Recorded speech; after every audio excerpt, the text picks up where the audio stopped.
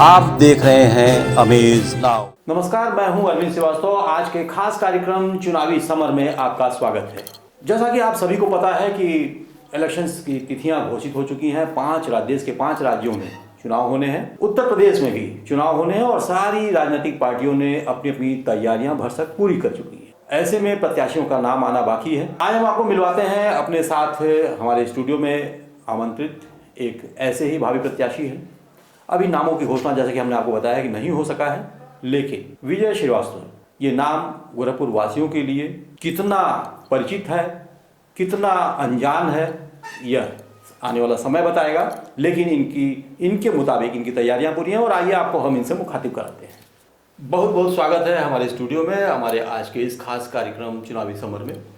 जैसा कि हमारे साथ दर्शक भी आपसे जुड़ चुके हैं, सबको पता है कि चुनाव आ रहे हैं, आपकी क्या तैयारियां हैं और चुनाव भी मार्च के प्रथम सप्ताह में है, क्या कहेंगे आप? सबसे पहले तो मैं आपको बहुत बहुत धन्यवाद देता हूं कि आपने अपने सुप्रसिद्ध चैनल अमेज नाउ पे हमको बुलाया है और आज आप लोग ही लोकतंत्र के असली ताकत हैं, क्योंकि जो नेशनल और मेन स्ट्रीम की मीडिया जो अपने को कहती है वो कहीं ना कहीं किसी न किसी प्रभाव के तहत झुकी हुई है। आइए सीधे सीधे बात करते हैं जिन मुद्दों के लिए आप हमारे पास हैं, हम लोग साथ में हैं और दर्शक हमारे साथ में हैं। जी, क्या है आपकी राजनीतिक पृष्ठभूमि, क्यों आप चुनाव लड़ना चाहते हैं? देखिए, मैं बेसिकली समाज सेवा से जुड़ा हुआ हूँ।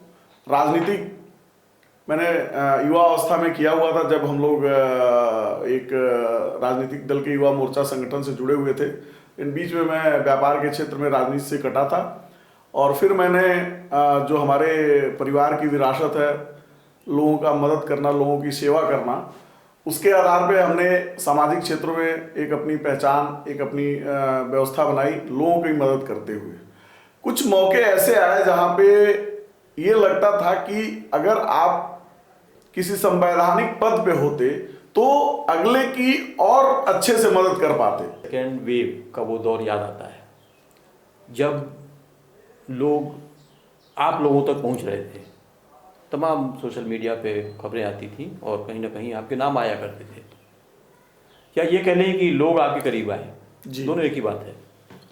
तो क्या यही एक वजह है जिससे आप धर्म संसद में, विधानसभा में आप पहुंचे?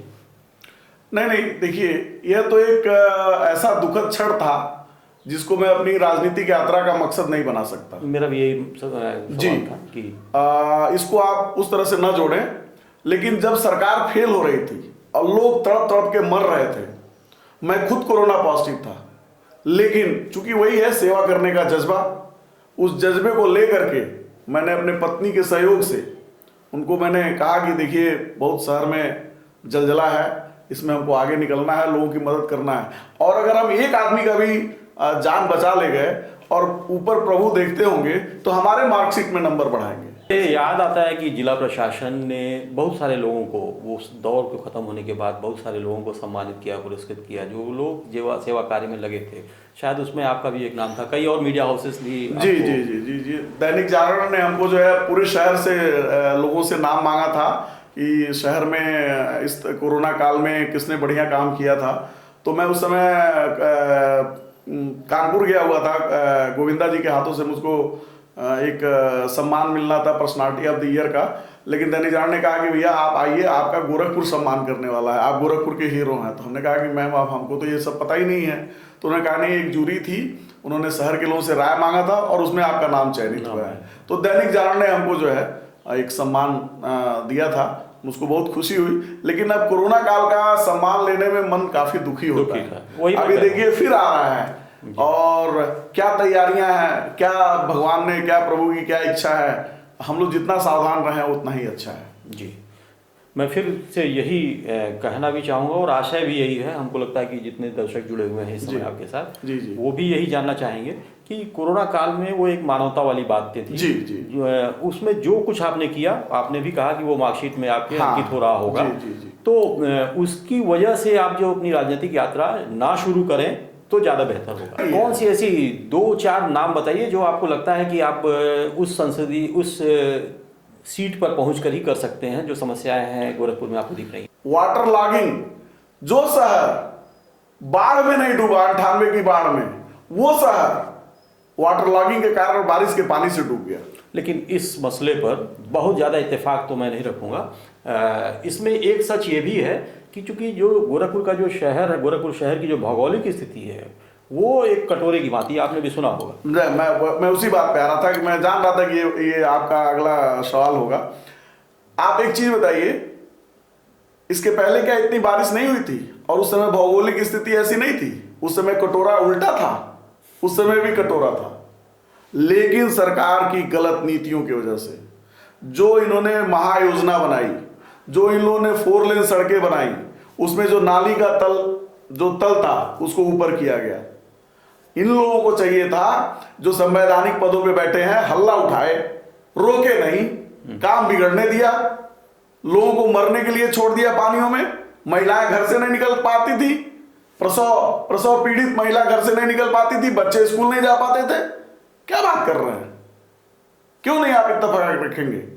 इनके इंजीनियर थे, इंजीनियर का तबादला विधायक जी का प्रेस्टीज इशू बना था। तो मान लेते हैं कि आप गोरखपुर की जनता आपको चुन लेती है, तो आप ऐसा क्या कर देंगे कि अगली बार बारिश कम हो या बाढ़ ना आने पाए? ऐसा कुछ है आपका ब्लूप्रिंट है ऐसा? देखिए, बारिश को कोई नहीं रोक सकता है, ठीक बात, बाढ़ को कोई नहीं रोक सकता है। लेकिन अगर कोई तकनीकी विशेषज्ञ कोई सुझाव देता है, उसको इंप्लीमेंट कराने का काम एक संवैधानिक पद पे बैठे हुए व्यक्ति का होना चाहिए। मैं उसमें कोई ढिलाई नहीं करूंगा, मैं काम होने नहीं दूंगा, और मैं ऐसा कोई काम नहीं करूंगा कि बातों को उठा दूं और छोड़ दूं, उसको अंजाम तक ना पहुंचाऊं। ये मेरे फितरत में नहीं है। तो चलिए, एक तो आपका मुद्दा हो गया जो वाटर लॉगिंग है जी, और एक दो और कुछ तो शिक्षा, स्वास्थ्य, ट्रैफिक जाम भी हमारी एक प्राथमिकता है, उसमें भी हम काम करेंगे और डे 1 से हम काम करेंगे। पहले दिन से 3-4 मुद्दे जो हमने आपको बताए हैं उस पर हम काम करेंगे और कोशिश करेंगे कि हमारा शहर इंदौर की तरह नाम कमाए। चुनाव लड़ने की आपकी क्या है रणनीति? न भाजपा, न सपा, न कांग्रेस और न बसपा, और अब जब मौका आया है तो आपने दामन थाम लिया है आम आदमी पार्टी का। जी देखिए, मैं आम आदमी पार्टी से अनौपचारिक रूप से बहुत दिनों से जुड़ा रहा हूं। इनकी नीतियों का मैं बहुत कायल रहा हूं। अरविंद केजरीवाल जी ने जो कहा वो दिल्ली में किया, जिसको एक स्वयंभू नेता, जो अपने को स्वयंभू विश्व में सबसे बड़े दल के सबसे बड़े नेता अपने आप को कहते हैं और वो दल अपने आप को कहता है, उस दल के प्यादे से लेकर के राजा तक उस व्यक्ति के पीछे लग गया दिल्ली में हराने के लिए, लेकिन उसका बाल बांका नहीं कर पाए। कुछ तो बात रही होगी। उस दल से मैं जुड़ा और केजरीवाल जी की जो जनसभा हुई प्रदेश में, लखनऊ में, उसमें मैंने सदस्यता ग्रहण किया 2 तारीख को। और उस रैली को देखने वालों ने ये भविष्यवाणी कर दी कि प्रदेश में अगर किसी की सरकार बनने जा रही है तो आम आदमी पार्टी की सरकार बनने जा रही है। अच्छा, आप ये भी दावा करते हैं कि आम आदमी पार्टी की सरकार? जी हाँ। अरे आप देखिए, 3 राज्यों में लोग सांस नहीं ले पा रहे हैं। कौन कौन सी? पंजाब में कांग्रेस सांस नहीं ले पा रही है, उत्तराखंड में भाजपा सांस नहीं ले पा रही है, गोवा में इन लोगों की वही स्थिति है। आने वाले में तो गुजरात में आम आदमी पार्टी की सरकार बन रही है, हम तो उत्तर प्रदेश में भी सरकार बना रहे हैं। और जो दमदारी के साथ जो बात शुरू हो रही है जनता जनार्दन के सहयोग से, जिनको 300 यूनिट बिजली फ्री चाहिए, जिनको पुराना बिजली बिल माफ चाहिए, जिनको बढ़िया स्वास्थ्य सेवा फ्री में चाहिए, जिनको अपने बच्चों की शिक्षा, विश्व स्तर की शिक्षा फ्री में चाहिए, वो लोग हम लोगों को वोट देंगे। हम लोग धर्म और जात की बात करते ही नहीं है। और इन्हीं सब बातों को लेकर के हम लोग प्रदेश में आ रहे हैं और बहुमत से सरकार बना रहे हैं। आपका मैनिफेस्टो अभी तक जारी नहीं हुआ है। हाँ, हमारा मैनिफेस्टो तो पूरा दुनिया जानता है, हमको कुछ बताना नहीं है। आज राजनीतिक दल हमारे मैनिफेस्टो की चोरी कर रहे हैं। अच्छा, आप देखिए, 300 यूनिट बिजली फ्री देंगे, अरे जब थे तब क्यों नहीं दिए? अब जब सरकार जा रही है तो ये कह रहे हैं कि हम भी बिजली फ्री देंगे, अरे जब थे तब क्यों नहीं दिए? शिक्षा को क्यों नहीं आपने विश्व स्तरीय बनाया? आपकी तो फुल फ्लैश सरकार रही। क्या मानते हैं कि आप चूंकि गोरखपुर शहर सदर क्षेत्र से आप अपना भाग्य आजमाने जा रहे हैं, जी, क्या मानते हैं कि पिछले 5 सालों में कोई काम नहीं हुआ? अगर आप 4 लेन को काम करना चाहते हैं तो वो हुआ। गलियों में आप चले जाइए, आपको पता चल जाएगा कोई काम हुआ कि नहीं हुआ। चलिए, आपने माना कि 4 लेन पे काम हुआ, तो वो अनवरत चलने वाली प्रक्रिया है जी। वो अनवरत पिछली सरकारों का शुरुआत किया हुआ है। फिर भी चाहते नहीं तो रोक देते, लेकिन नहीं, उन्होंने काम को बढ़ाया। नहीं, आप सीएम टू पीएम सिटी का हाल देख लीजिए, क्यों नहीं उसको बढ़ा दिया? क्यों, आपका क्या कहना है कि मतलब बनारस में काम नहीं हुआ? हम बनारस की तो मैंने बात नहीं की। हाँ। बनारस में भगवान विश्वनाथ का मंदिर बना, बहुत खुशी है, किसी भी सनातनी को खुशी होगा, किसी भी राष्ट्रभक्त को खुशी होगा। लेकिन सीएम टू पीएम सिटी को जोड़ने वाली सड़क का भी चर्चा होना चाहिए। जी, अच्छा, आप बात कर रहे हैं जी पौड़ीराम वाली। जी जी जी, क्यों नहीं हो गया जब इन्होंने सब कुछ तेज कर दिया? वहाँ क्या ऐसा लग रहा है कि क्या वजह है, जबकि फोकस पूरे शहर पर जब है तो सिर्फ एक सड़क पर नहीं हो सकता, ऐसा नहीं होगा। नहीं, लेकिन वजह क्या है? इनकी नाकामियां।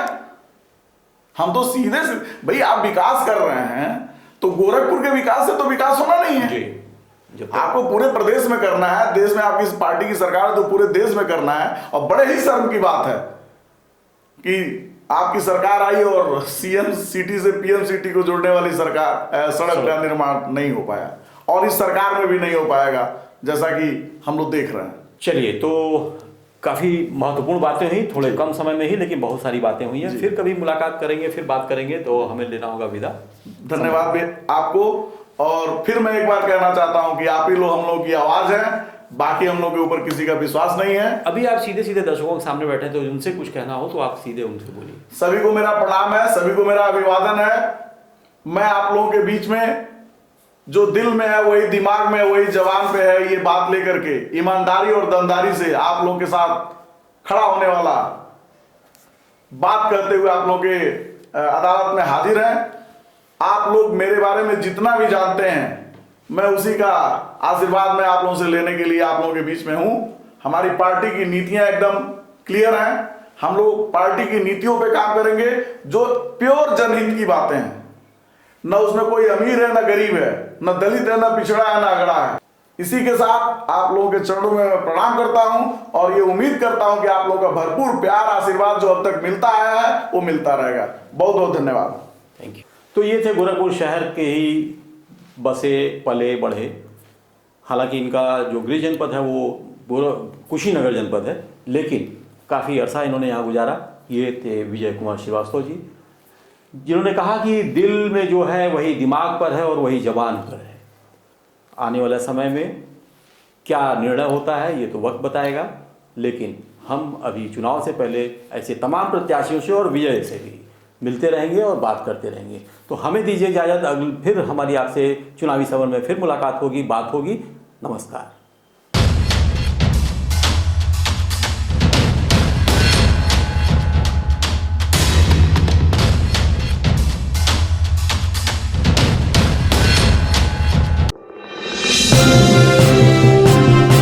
आप देख रहे हैं अमेज नाउ।